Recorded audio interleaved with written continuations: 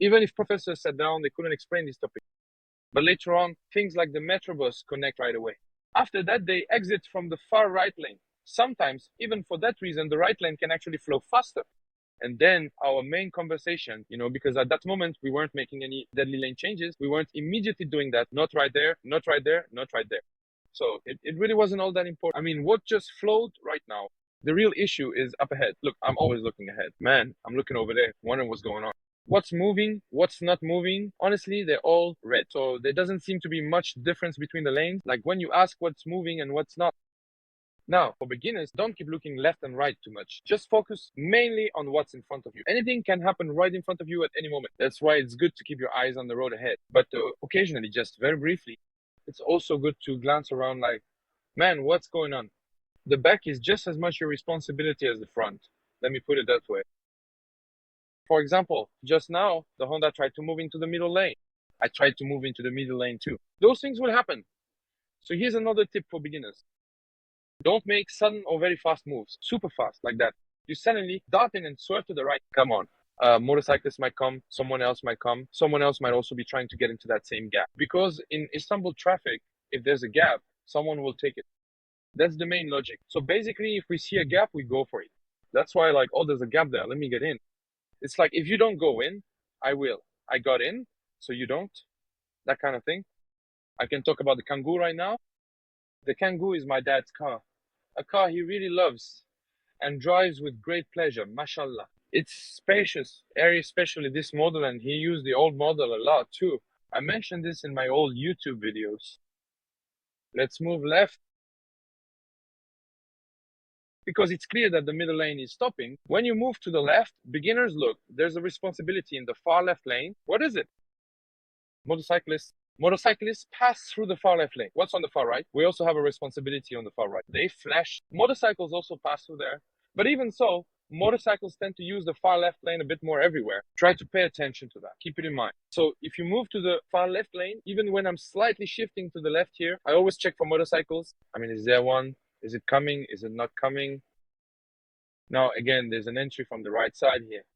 That's why the right and middle lanes here have narrowed a bit. Now, actually, there will be another exit on the right for the second bridge. If I remember correctly, it's the Yavuz Sultan Selim Bridge. Enter from there. I like the Kangoo too. It's a spacious car. Yeah, it's a roomy car. It's a car that moves well. Well, as we always say, Renault is a good car for the Turkish market. Its parts are cheap. Labor is cheap. For example, this body style also has a Mercedes version. Just out of curiosity, what was it actually called in Mercedes? Was it specifically referred to as the K, if you know perhaps, like the K body, for example? But of course, I mean, is it really necessary? After all, the main reason for buying this is pretty obvious. It's not about comfort, it's about spaciousness. Yes, the trunk has an amazing capacity, so every brand like Opel already has a model like this. Of course, for example, the Fiat Doblo is also one of the leading models in this market. That one too, yes, to some extent, but when you say Doblo, it's very, utilitarian inside. It's just pure Doblo, but you want something that also appeals to the eye a bit more. This one looks nice too. I like it from that aspect as well. There's space in the middle. I'm going to pass through. There's quite a bit of space in the middle. So why is this guy driving slowly now? Because this guy is driving slowly in the far left lane. We've got space. Of course, you need to make use of these things. At least you're covering ground. You're moving along the road. Those things are important. At least, as you can see, we're driving properly, behaving ourselves. We're not cutting anyone off or anything. For example, there are these new Renault Megane. I like those too. I've never driven one, but at least from the outside, I'm someone who likes the Renault brand for the Turkish market. Yeah, I like it. As you can see, there's a Clio as well. I mean, the Clio is one of the top leaders in its segment for that price. Of course, if you have the money, go buy a BMW, but at least for Turkey, it's a good brand. That's why I like the Kangoo. My dad used to say that the previous model, the 2007, 2008 version was more powerful. That's true. Of course, he drove that car for either 350,000 kilometers or 280,000 kilometers all by himself, starting from zero. So his experience is much, much greater. In the future, if the channel grows a bit more, hopefully I can bring my dad along and we can have a car chat together. There are plenty of such content ideas. Yes, so in this segment, thank God we're satisfied with the Kangoo. It meets all our needs, really. Now I'm going to move to the middle lane. I'm moving to the middle lane. There's a gap like this. Then there are people who just cruise along slowly in the middle lane. For example, the road ahead is clear, but they still drive like that. Okay, I get keeping a safe distance and all. I mean, sure, you need to leave some distance, but we're only going 90. It's not like anyone's coming up fast behind me either. The other side is nicely locked up right there, just cruising along slowly, like a lady driving carefully. Now we're going to move to the right lane. Those entering the right lane will stop to slow down gradually. And here you'll also see people trying to get into the right lane, but failing to do so. For example, like this friend here, we also made our intention clear and put on our right turn signal, slowly checking over our shoulder. We change lanes. After that, we change lanes again. We pass this Berlingo friend like that too. That guy is going over there. The brakes on this one are good. Really good, honestly.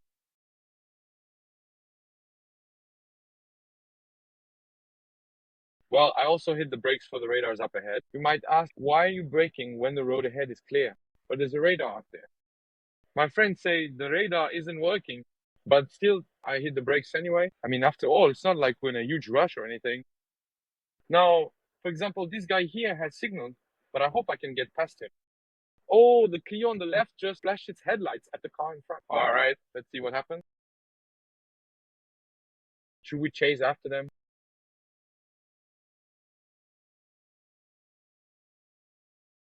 I flashed my headlights at him too.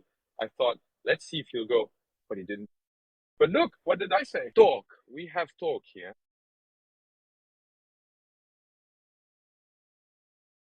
We got torque. We're using our torque. Now, these cars might really want to speed up. Look, here's another friend of ours driving in the middle lane at 50.